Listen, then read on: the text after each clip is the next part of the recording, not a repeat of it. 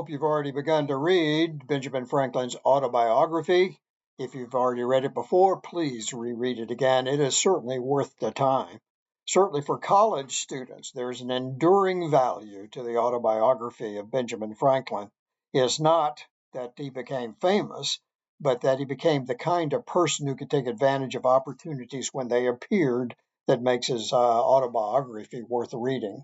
I'd like to suggest to you 5 lessons that you, as a college student, might very well take away from this autobiography. First, self-education is the superpower.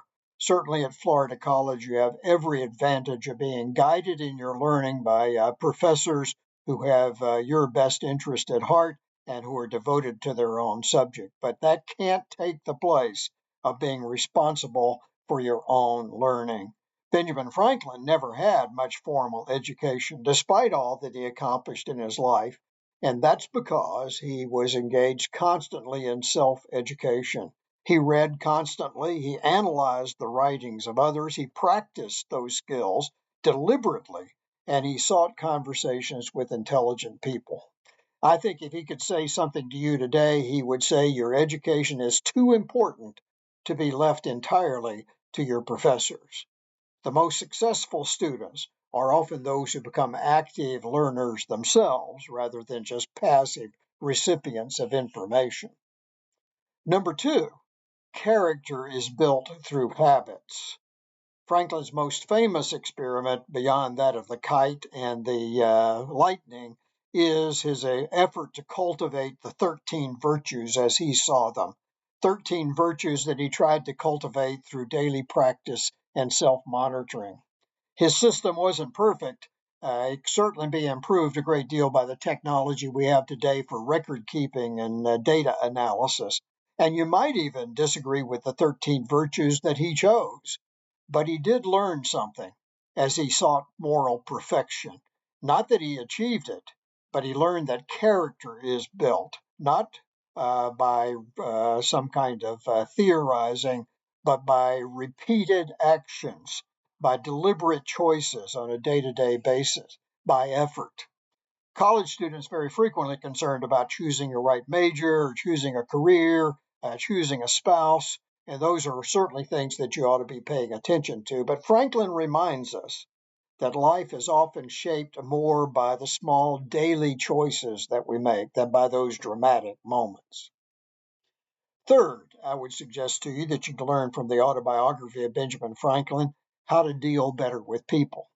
One of Benjamin Franklin's early traits was that he liked to argue, and he was good at it. He felt very frequently that he had won the argument, and yet he understood pretty quickly that just winning the argument didn't change people's minds.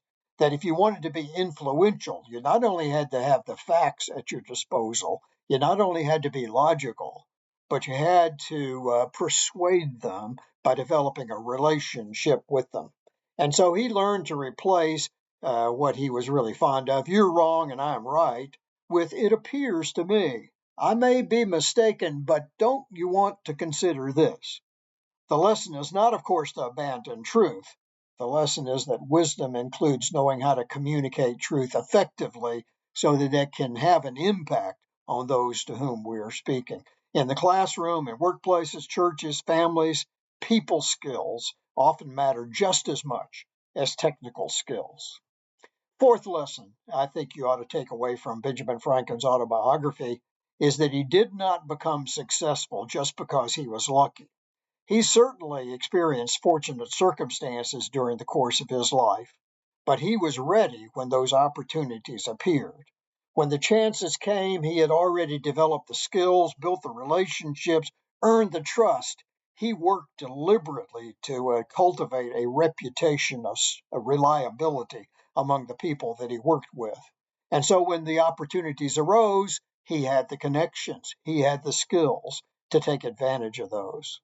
Many students spend time worrying about their future opportunities, what they're going to be. Franklin would probably advise you spend less time worrying about opportunities and more time preparing for them. Opportunities often arise not as opportunities, but not distinguishable from ordinary work and maybe even as problems. The old adage always was, problems are really opportunities in their work clothes, and we ought to take a life on that basis. Fifth thing that you can learn from Benjamin Franklin's autobiography is that improvement is better than perfection. And maybe that's the most encouraging lesson that comes from Franklin's failure, his efforts to try and develop a perfect character through his experiments in virtue revealed just how imperfect he was. And yet he concluded in what might be most important sentence in the entire autobiography. I never arrived at the perfection that I had been so ambitious of attaining, but I was by the endeavor a better and a happier man than I otherwise should have been.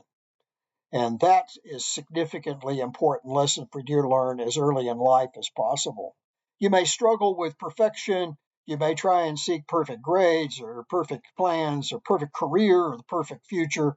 But his advice to you would be don't let the pursuit of perfection prevent the pursuit of improvement. The goal is not to become perfect overnight. The goal is to become a little wiser, a little stronger, a little better today than you were yesterday.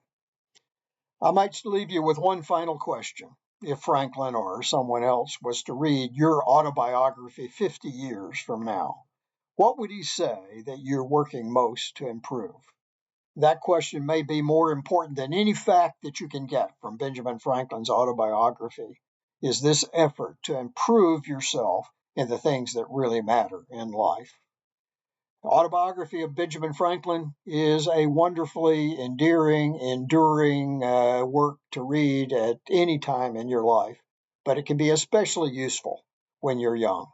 Hope you'll enjoy reading it and look forward to having many opportunities to discuss it with you in the future.